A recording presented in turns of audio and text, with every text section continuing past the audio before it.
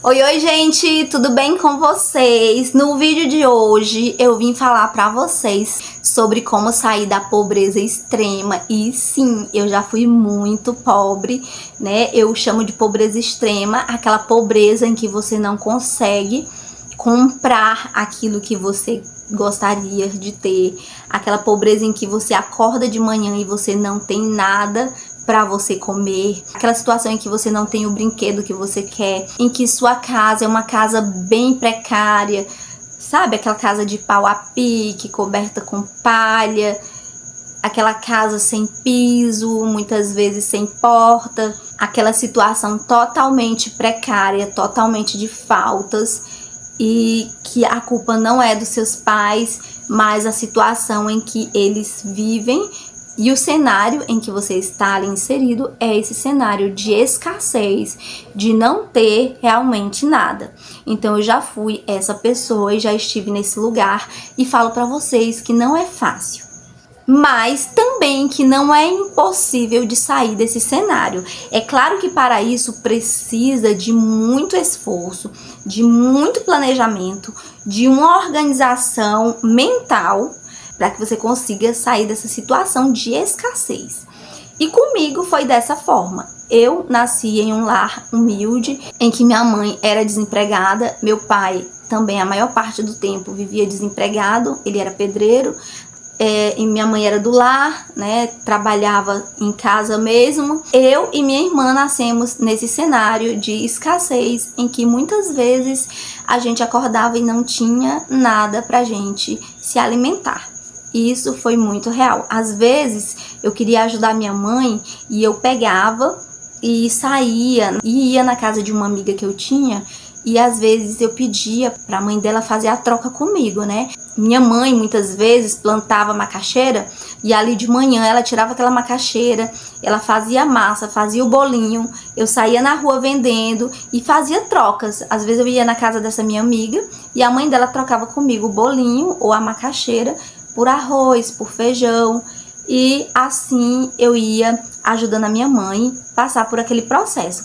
Outras vezes minha mãe plantava cheiro verde, né, que é o coentro, e eu saía com o cheiro verde na rua vendendo, trazia o dinheiro, dava para minha mãe comprar algo pra gente se alimentar. E isso era algo que eu fazia com muito prazer, porque eu não queria ver minha mãe passando fome.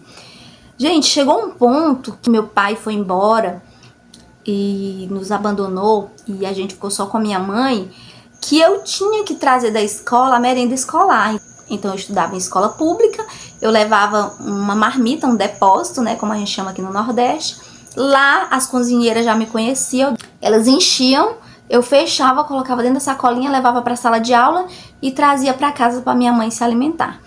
No início, quando elas não sabiam que eu fazia isso, eu pegava a minha merenda, colocava dentro do recipiente, né, e trazia para minha mãe. Quando elas perceberam que eu estava fazendo isso, elas começaram a colocar dentro da marmita, né, do recipiente ali, o alimento que desse para me trazer para casa, e eu comia, né, também o meu ali na escola. E isso foi por muito tempo.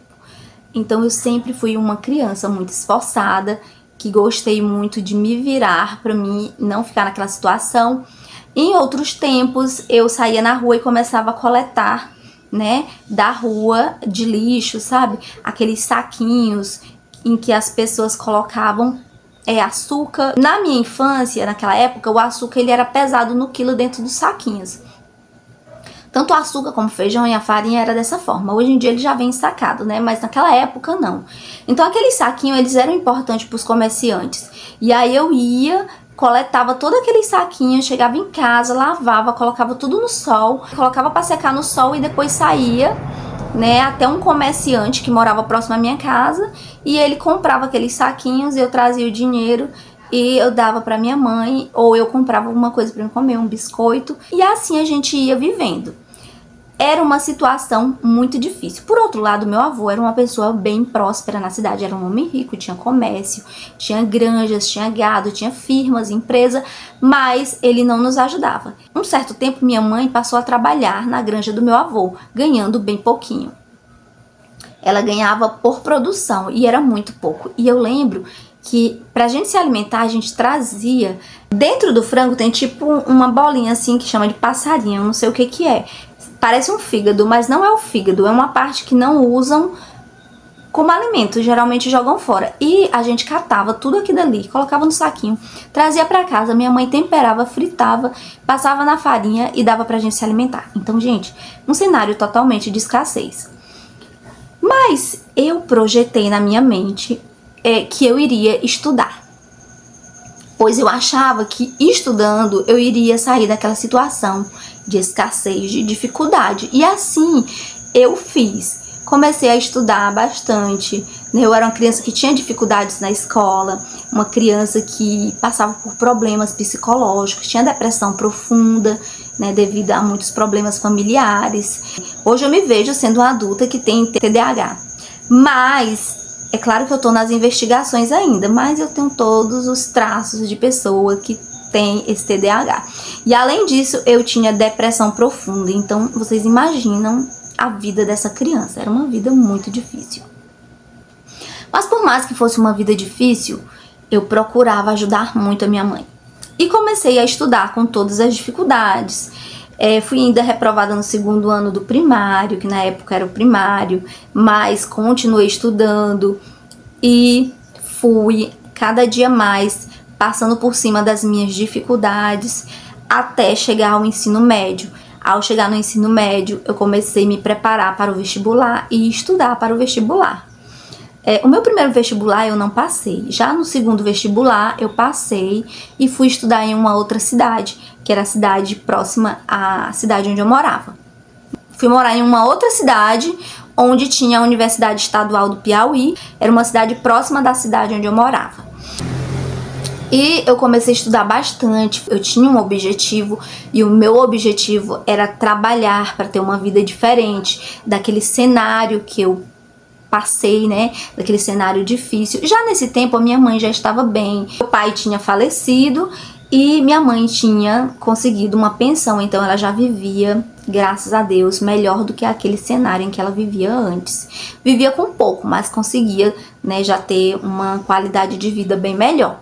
E ela me apoiava também nos estudos, me ajudando no que eu precisava, me ajudando naquilo que ela podia ajudar, né, para que eu pudesse me formar. E ali eu estudei, minha mãe já tinha casado novamente, porque quando meu pai faleceu, eles estavam separados. Meu pai tinha trocado minha mãe por um amante, ficou com essa amante e morreu com essa amante, né? Todo esse processo levou à morte dele. E minha mãe, né, já estava com 2 anos que estava separada do meu pai, porque ele estava morando com a amante. A minha mãe se casou novamente com uma outra pessoa que começou a ajudar ela também, né? Uma pessoa que nos ajudava bastante. O meu padrasto foi um ótimo padrasto. Ali eu comecei a desenvolver as minhas habilidades com relação a empreender, né? Eu sempre gostei de empreender. Então vocês percebem que desde a minha infância eu saía para vender cheiro verde, para vender bolinho, eu saía para vender chup-chup, que é o din-din, o geladinho, né, que alguns chamam assim. Então eu sempre gostei de empreender.